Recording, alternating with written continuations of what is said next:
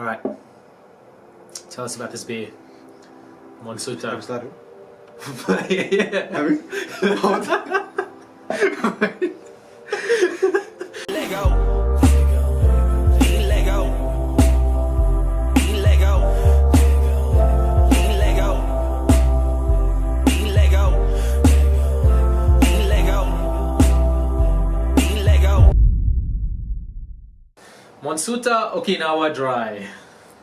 Tell us about it, Hubert. Premium draft. Yeah, so I thought, I went to the beer shop. The beer shop. Oh, was it? Yeah, I think it's BWS. That is there's a beer shop, bro. Anyway, I thought, let's try something different, get some international beer. So I thought I'd try the Monsuta, which is Japanese for monster. And it's actually brewed in Okinawa, so I thought I've never tried a beer like this, so I thought I'd give it a go, this podcast. Thanks, Hubert. And we can sort of see how it tastes. I promise you we're not sponsored by this beer. It says giant size taste, so only I'm allowed to drink it because it's not a midget size taste like Hubert. So let's give it crack it open. Cheers. Cheers, bro. Thanks for getting this. No worries. Oh, that's nice. That's strong. It's good beer. When the dust settles, take a moment to honour the legacy of the Monsuta with smooth, crisp refreshment. You can see the giant monster in front of the beer can. Very good. Tastes like an Asahi, but that's not me being racist. And you know how we interviewed David Johnson a couple of weeks ago? Yes, very good. It's a very good interview.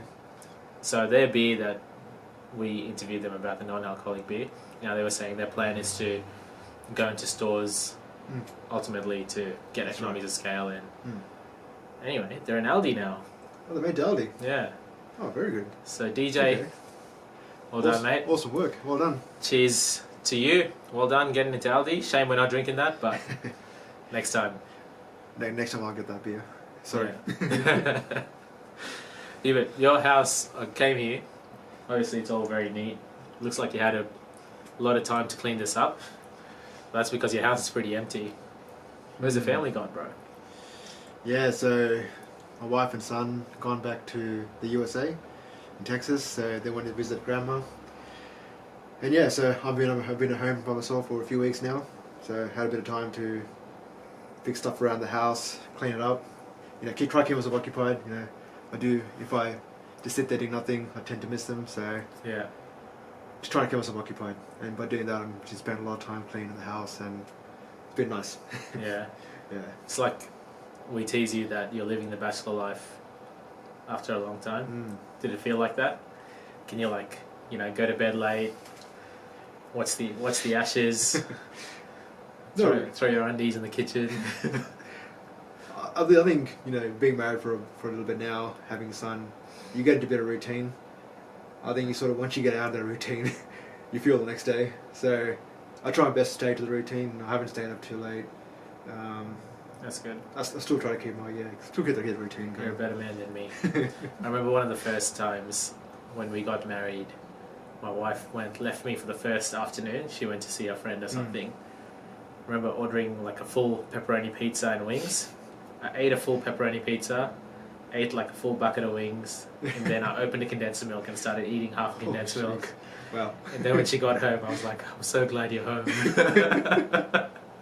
I felt like a kid that just lost the plot, even though I've lived by myself before anyway. But I know what it's like, so you're doing well too. Yeah. Stay in routine. Missing your kid? Oh, big time. I don't know, just I've only known him for 2 years now, but mate, he's become such a key part of my life now that even a few days you miss him. Yeah. It's been a few weeks now, and yeah, I'm missing him Yeah. a lot. Yeah. Still get to talk to him on FaceTime and I guess that's interact. the beauty of the modern days, where at least I can call him a WhatsApp video. At least I can still see him. He sees me. Yeah. So that's the nice part about technology these days. Yeah. But still, it's not the same. He still doesn't want me to carry him, and I do miss that. So it's nice seeing him, but it's not the same. But it's nice. I joke around that you're living a bachelor life now. Can you reflect on what it was like pre-kids Mm. and what it's like now, and where your priorities have changed, and maybe how you've changed internally, how life's perspectives have changed. Yeah, I mean, it was very different. Like, I think once, and I'm sure, you know, if the guys watching out there, if you recently had a kid, it's a life-changing experience, you know, like just all the time you had to yourself, you just feel like that's gone. Pretty much anything you do is like, you're doing it for the kid, and you want to, like, that's the thing, it's not like you hate doing it, it's like you want to give 100% as much of yourself to that kid as possible. And then but at the same time, you know, being married, you know, like, it is a tough part of, you know, when that change comes around to keeping a strong marriage going on. So it's so important to make sure that you look, you know, you look after each other as well, spouse wise, and then so it does take a big toll on you, you know, taking care of the kid, your wife, and then you can compare that to what it's like, you know, before marriage, before kids. You know, you did whatever you wanted to do, right? You know, you can, friend calls you over, I'm there. You know, you just want to go there. But these days you just can't just pack up and go somewhere wherever you want. You know, you've really got to think about it, and yeah, family comes first, and then you care about your friends and work and all that kind of stuff. But yeah. So it is a big change, but you know, it's something I'm really loving. Do you feel like, I think we're both, you know, not tooting our own horns, but I feel like we were both family men even before we got married. Yes. But do you feel like we were pretty self-serving before then? As in, we still did what we wanted. Like, we did stuff without as much care about, you know, repercussions. Like, we were still pretty responsible, but we did stuff to self-serve ourselves. And 100%, you know, that's the age that you can do it. Like, you can enjoy yourselves and things like that. But that really changes once you have a kid. Not out of responsibility, and sometimes for a lot of people it does out of responsibility, but I feel like a lot of the decisions I make now are around, firstly, what's best for my family, to help put food on the table and to help support them emotionally, physically, but also what example am I setting to, like, my kid, what example am I setting to my wife, etc. You feel like that's changed, whereas, you know, at home you didn't really have that responsibility of, because, you know, and we'll come into this later maybe, but our dad was always that person that shouldered that burden. And I think that's what it is. I think, you know, I met your dad, you know, like, our dads are like amazing people where they pretty much gave their life for their kids and the family. And you're right, so when I was at home with my dad, he pretty much took the responsibility. I could go enjoy life. But at the same time, watching him, I knew what it's like to be a father. And then when I became a father, you know, you immediately got that, you know, everything you learned watching your dad, you put into practice as well. And I don't know, I think that's having a great role model helps in that. You know, that's, you want to do the best for your family, and it's pretty crazy. I remember talking to you this like 5 years ago. We were talking about love languages, and you were talking about how your dad basically, you know, like, your dad he tells you he loves you, but he doesn't have to tell you. He's never told me that. Okay, maybe he hasn't. But I remember you saying he doesn't have to tell me he loves me because right, he does so through his service and, like, what he does for us. Yeah, I agree. But do you feel like our men, our generation, we have to be a bit more present, and we obviously have to show a lot more emotion? Yep. But we can do that because the men before us have kind of had to just be those serving men for their families. Like, oh man, 100%. That different era and different age of, like, I can't think of something my dad did for himself. He was always, anything he did was for us and his wife, and like, you know, so it's just sort of, yeah, you're right, like, you know, compared to my dad, I did so much more fun stuff, and, you know, travelled, I bought nice cars and all that kind of stuff, and that's something he never did. And because of what he did, I was able to do that, and now this is like sort of he set up a good system where at least I was rewarded as being stuff, but now I've got to make sure I pass it on to my kid, and that's what I've sort of, it has changed my personality, it's changed the way I view life as well, where it's not all about me, you know. Like I said, when I make a decision, he's always in the back of my mind, my wife's in the back of my mind, and that's what I've got to make sure that, you know, I'm not doing something that's going to, you know, do something bad to them. So yeah, for sure. I'll ask you a funny off the cuff question. Following Parramatta for so long, does it not matter now as much that you have a kid? Like, you know, back in the day, Yeah. and I probably realised this over the weekend when the Roosters got beaten, and my wife knows when I'm watching a Roosters game to stay away. Not that I'm abusive, but I'm just like in a different headspace. I know. And two, like not to engage in conversation with me because I'm not going to be present. And so she was trying to like take my kid away because he was trying to like play with me, etc. But like after that full time, after that whistle went, usually like I'll take 15 minutes to like cool down. But I almost went into this mode. I was like, all right, let's go play. You know, I was just like, they lost. That's it. I'll be annoyed about it, but now I get to play with you, kind of thing. Have you felt like that's changed? Oh man, huge for me. Like you're saying, 15 minutes. When Paris lose games back in the day, I used to take a whole week to recover. You know, it was horrible. Like I hated when they lost the games, and it really affected me.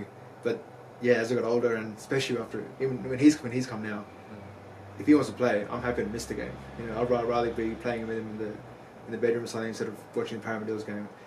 You know, he's always in the background. I can hear what's happening, but you know, but I'm happy to step away from the TV for him. And you know, as much as I love Parramadeals, you know, I know what comes first, and it's changed me big time. Like I used to be obsessed with Parramatta. I still am, but in a different way now. Yeah. What's something that scared you more since becoming a father? What's like a fear that you've had, or something you feel like you haven't worried about that you started worrying about now? So I mean, you know, being Christian faith and stuff, like I never feared death growing up, sort of thing. But then, sort of now you have a kid, is like the best thing I can give to my kid is me being present, and that sort of has put that bit of fear in me. Like you've seen things change. Like I've sold my motorbike now. I made a few changes, whereas some of the risks that I was taking, I've taken out now. I just feel like I want to do as much as I can to be with this kid for as long as possible, and that's a fear that's sort of come to me. So you can say like I'm slowly starting to get back to exercise now, which is I want to be that good role model for him as well, and yeah, that's definitely going to change. Where that I never feared death, but now it's in the back of my mind now. Yeah. Because I want to be there. Yeah. So yeah. I'm with you on the whole death thing as well. Yeah. That's definitely hit a bit differently, and I think I don't know if you fear this, but I feel like obviously we're both believers. We believe ultimately heaven's better than anything we have here. But it's crazy to think that, in the blink of an eye, we've seen so many tragedies on the news. The last, your life could be taken away and your kid could be,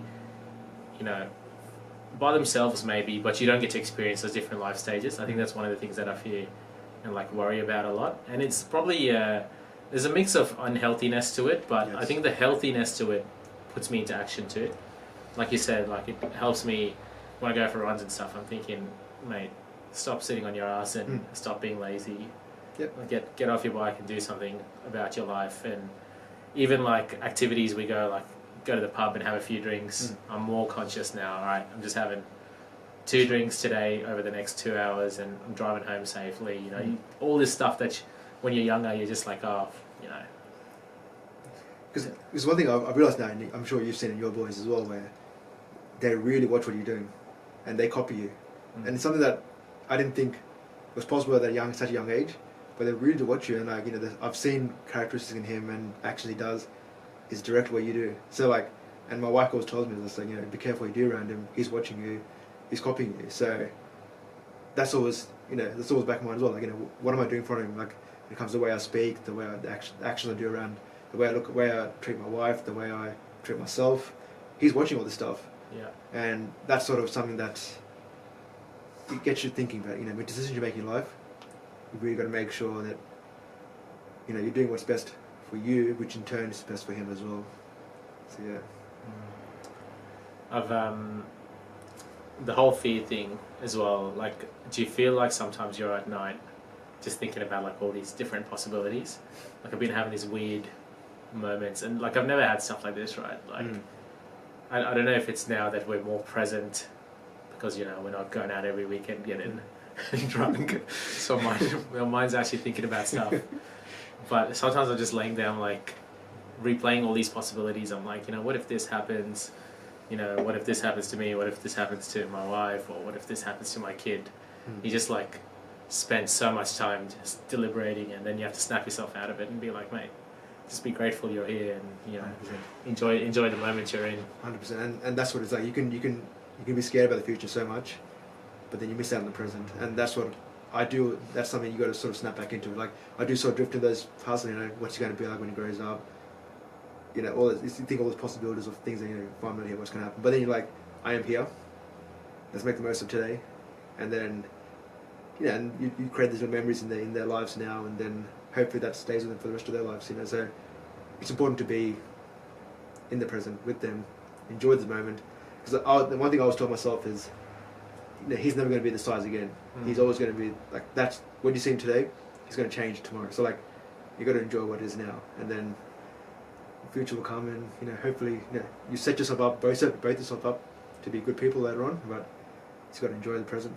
Yeah. Yeah, we've got a pretty special group as well, where there's a lot of dads. So you know, it's kind of good that we can bounce off each other and learn from each other as well, but also watch each other parent, and sometimes teach us a few things. And you know, I think that's a pretty healthy environment to be in with the dads. And I think we're good. Like I think that in our group, I think all the guys are really good dads, and you know, I've learned a lot from watching other people do the way they treat their kids, the way what they do around them.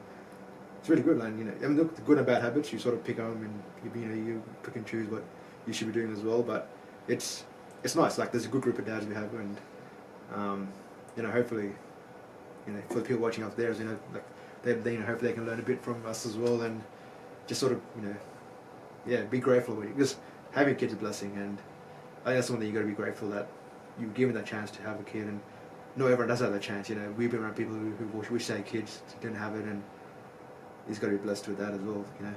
yeah, I remember this quote when, like, my first Father's Day gift. This is rapper Lecrae actually got this video for me, and one of his pieces of advice was, you know, anytime you need to do something, don't feel like you have to do it. Just like be grateful that you get to do it with your kid, whether it's changing nappies or that's like actually like changed my perspective really early. So now if I have to do something, like I quickly like change, and then it becomes like a nice fun thing that I get to do. And you're right, because I think I've seen some quotes like that where it's like even going to work is like don't go to work, be grateful you got a job, you know, that kind of stuff. You know, be grateful that you can walk, be grateful that you got to change your approach of way you view life, and that's what it is, right? You know, like you got a kid, be grateful you got a kid who's like, you know, happy, healthy, enjoy it, man. That's what it's all. Life's all about. If you're enjoying life, he's gonna enjoy life. Hopefully, end up being a good kid as well. So yeah. When Daniel grows up and becomes a dad potentially, what's one piece of advice you'll give him? I mean, I don't know. I'm still in that phase where he's still very young, so Yeah. I'm still learning. It's crazy to think them having kids, eh? Yeah, I can't even picture that right now. I mean, he's like, you know, if you're watching this later on, Daniel, you know, you just start talking now, so it's like, I can't even picture you, you know, taking care of someone right now. But I don't know, a piece of advice, I guess, like I said, just, hey, you gotta enjoy that moment, I guess, and you know, and another piece of advice is, you know, that's something I probably could have done better. Is probably support the wife better as well. You know, it is sort of it's a big change for me as well. It's that all whole of us, mate, don't worry. So you know, also you know, like take because in the end, you know, at this age, it's my wife does most of the caring. You know, like it's so much, only so much I can do, and so for me, I also feel like if I take care of my wife, she takes better care of the son. So if any advice there is like, you know, look after the wife. Yeah, I think so. I don't think there's anything wrong with that. I think, you know, we all do the best we can. Yeah. I think that's something I'll say as well is, like, I often have conversations with Ashby about, and sometimes, you know, like we'll sit there and we'll go to a playground and we'll see some other parent with some silly parenting technique or something, or we'll come home and then we just have to like kind of slap ourselves to be like, everyone's just trying the hardest they can. That's it. And that's all you can ask. Like when you see people actually not trying, that's you know, like, okay, you can kind of talk about that. Yeah. But everyone's just actually trying the hardest they can with the resources they have, with the time they have. That's it. And you know, at the end of the day, that's all we can ask for and all we can talk about. No, but you think about that as well. Like, you know, even our parents, like, you know, we didn't grow up, you know, rich in its way sense, but I don't feel anything lacked. You know, my parents were always there. I loved it. So everyone's got a different way of doing it. I think that's something I'm right now. My sort of issue now is, am I giving too much to them? I don't want to spoil them as well. So that's something going through my head now. Is like, I have the ability to get him a lot more than what I had when I was his age. But is that the right thing to do? And that's sort of what I'm questioning now as well. Where, yeah, I just don't want to spoil him, and I think I want to raise him in a way that he appreciates stuff, and so that's one dilemma I'm going through right now as well. So kind of hard when the grandparents spoil him though. Yeah, I know exactly. And sometimes you watch them play with them, and you're like, why don't you do this with me when I was this age? Why don't you show me this love? But it is nice. Like I love watching my parents play with Daniel, and it's just sort of it's nice. But but in the back of your head, it's like, and I don't get jealous. It's like, as long as they're doing it with him, I'm happy as well. So yeah, it's all good. Did you grow up in a 1-bedroom apartment in Saudi? Like, did you have how many bedrooms? Yeah, I think it was 2 bedroom, but we all slept in the same room. So it's very different now. Same with us as well. We all slept in the same room. Actually, I've been laughing at Ashby. I was like, maybe we actually all sleep in the same bedroom now, but maybe until they're like 10, we all just sleep in the same bedroom to show them that life isn't easy, and like, we're just one close family unit, and like, we grew up that way until we 11, and everyone we met grew up that same way. Yeah, exactly. We came here and everyone's like, we have our own bedrooms, and we sounded weird. We're like, mate, you come over there, you're weird. Because I didn't get my own bedroom until I was like 17 or something. So, so I grew. It was really with my parents and my brothers, and I loved it. Yeah, definitely.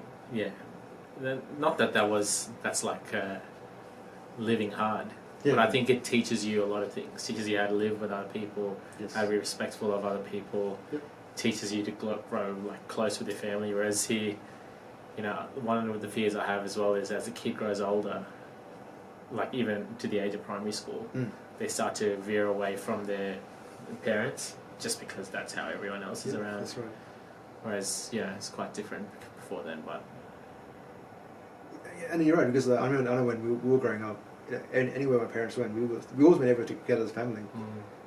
And we were and it was those sort of experiences where you all slept in the same room, you all did everything together. Yeah.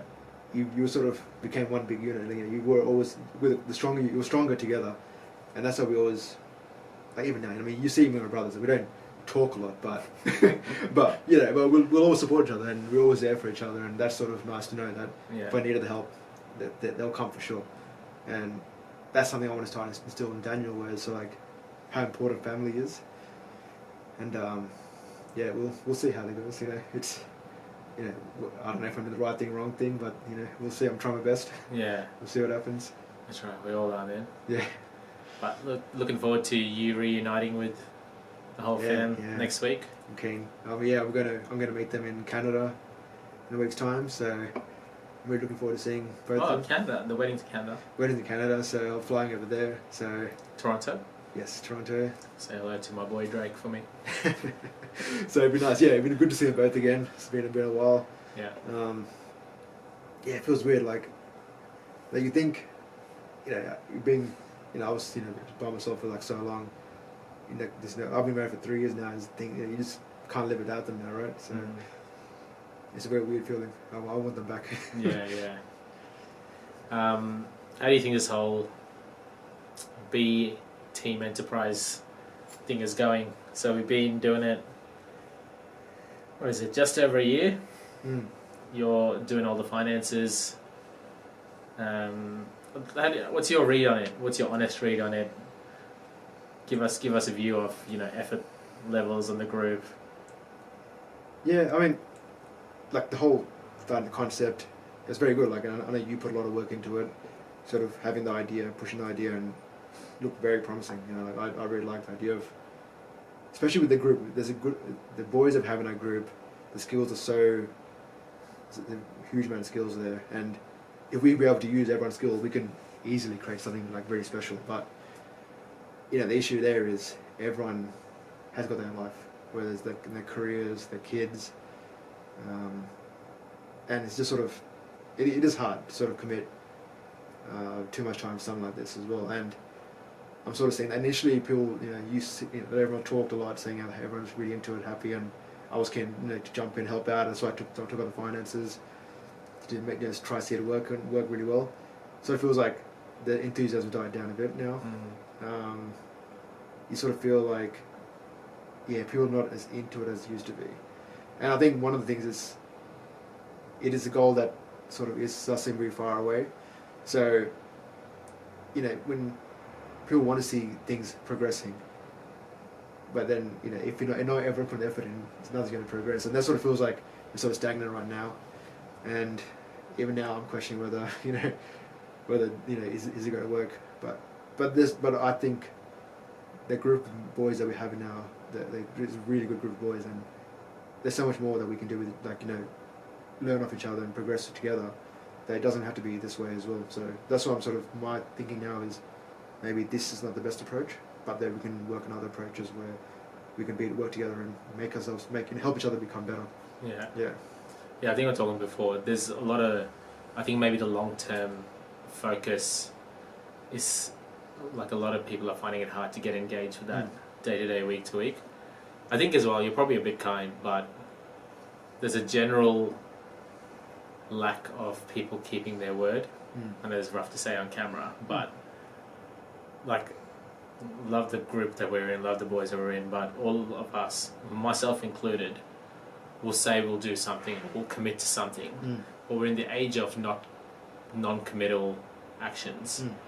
So we'll say we'll do something, we'll say we're for something, but we don't end up following through with it, because it's just so easy to do that in everything we do nowadays. I sometimes think, like, if my dad or that generation did something like this, they would have 100% seen this out, or they would have been the type of person to address this head on early, to say I'm out, or like, I actually don't want to do it. Yeah, this is definitely a generational shift, isn't there? Like, you look back to our parents, even the generations a bit older than us, like, they got that mentality where you're a man of your word. You say something, you're gonna do something, you do it. And like I said, or if you can't do it, you address it very early on, so no one gets so no one's in issues, sort of thing. So you're right. There is a bit of a lack of accountability, I guess, and I guess sort of there's no repercussion by them not doing it at the moment, and that sort of is easy for me as well. I urged a few things to the group as well, and been lacking a bit as well, so I'm part of that group as well. But I feel like, because there's a repercussion. If I don't do it, well, what's the group going to do?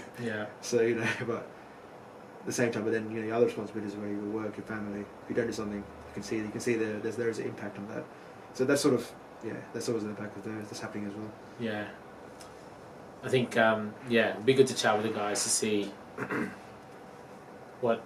I mean, if firstly, if everyone is keeping, it feels like a broken record. Like, we keep asking, are you still keen? Everyone says yes, and then we do this again. But what a short-term incentive might look like, if it's do we have a goalpost of we want to hit this by the end of this year, or do we say we just want to get this much money so we can go on this trip by a certain date, and then everyone starts getting into gear to be like, now I'm motivated because I know in 6 months' time we've got a trip to Bali or whatever.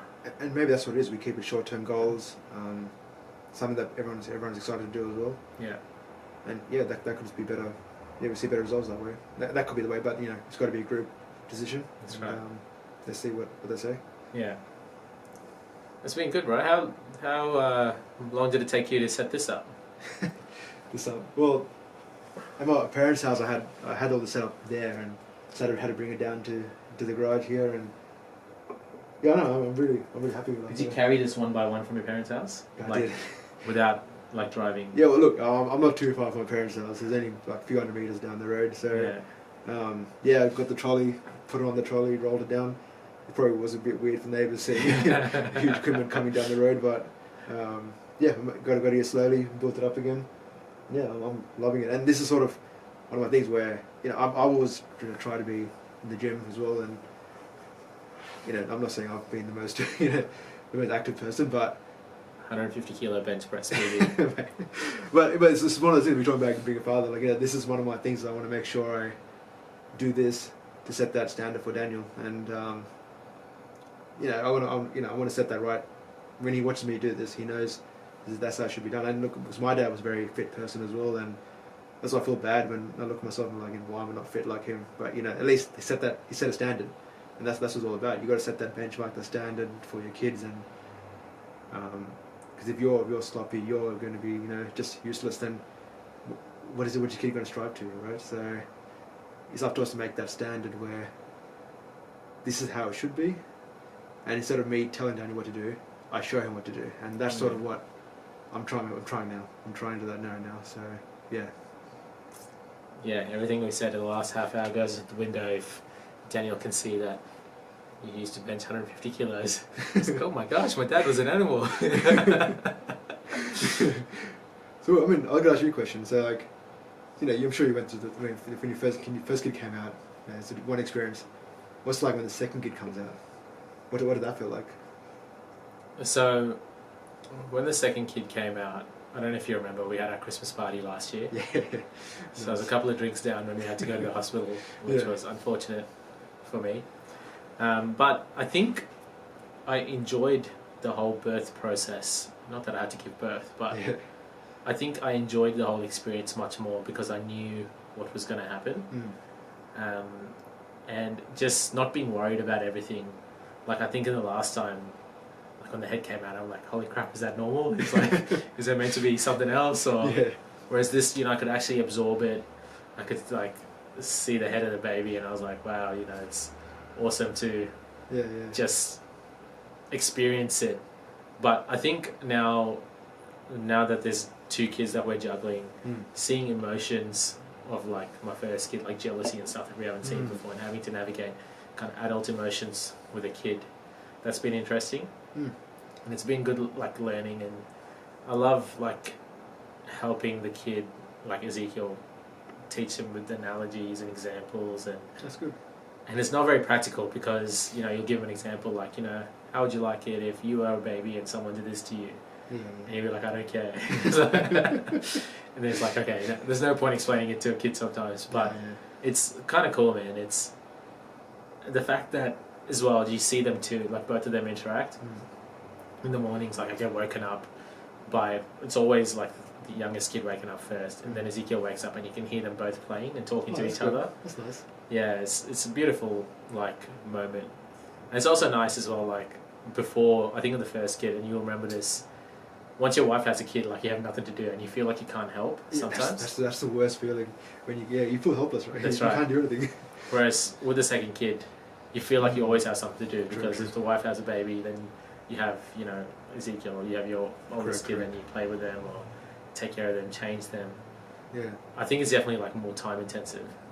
Like I feel like anyone going through that whole second kid journey, once the second kid comes, like my social calendar got cut in half. I felt like I could do everything I could do with the first kid, but now it's like, okay, I actually need to like talk to my wife properly before I leave the house, plan stuff.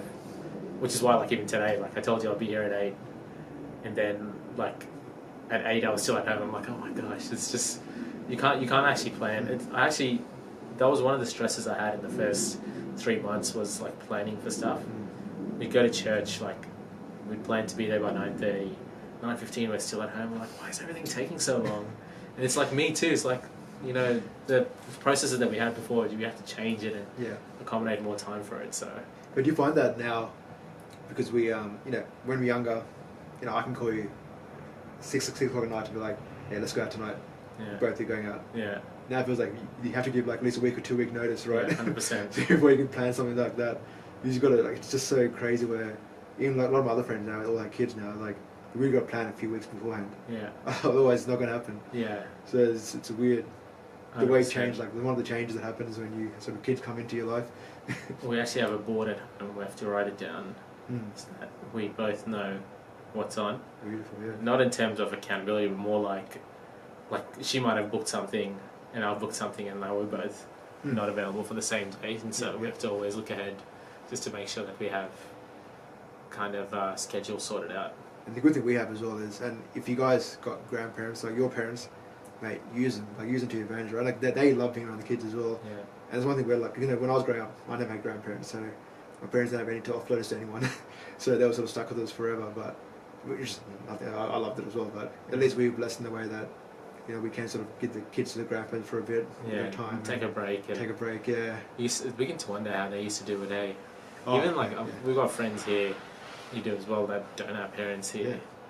They have to do, like, if they have to go out or go to a wedding, babysitters, Yeah, that's right. hiring all that. It's a weird. crazy. It's just got to. I mean, nothing wrong with it, but to give your kid to someone you don't know, it's a bit weird. It's a weird feeling, and I but trust. it's reality which people have to do, right? Correct. Exactly. There's a bit of trust involved, and you're right. That's life, I guess. You're right. It's at least if you got the parents there, take it as a blessing, and make the use of it. If you got the advantage, why not use it? Yeah. So yeah. Yeah, man. All ahead of us. Sure, there'll be a group of like 20, 30 kids running around in our group, and that's when we'll know that. Yeah. I don't know about you. I love that when you go to parties and it's just like all the kids running around. Like it's a beautiful sight. Like some people find that annoying, but I love it. Like seeing kids going crazy, enjoying it. Yeah.